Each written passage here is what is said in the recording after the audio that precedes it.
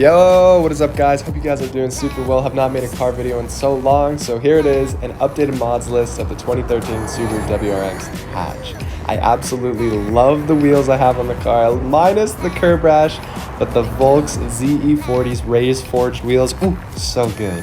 I haven't done a whole lot to the car, but I did just want to do a little walk around, make a little update video showing what has been done to the car.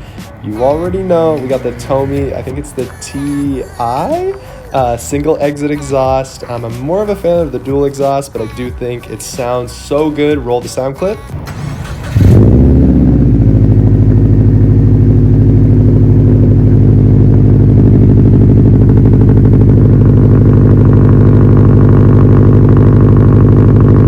Other than the exhaust, in regards to the back of the car, I do have a custom license plate, Woo WRX. If you know, you know. Make sure to follow us on Instagram at Subiewoo. For those of you that don't know, I run the social media and the e-com site for Subiewoo, in addition with a couple other people. But besides the point, window tint, I have 5% all around. When I first got the car, someone said it looked like a fishbowl. I think it looks so much better with the tint, but 5% all the way around. I cannot see at all at night.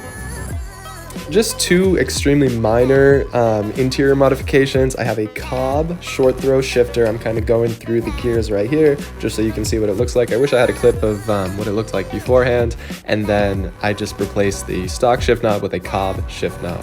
But that's pretty much it for the walk around of the 2013 DGM WRX. More car content to come. Stay tuned.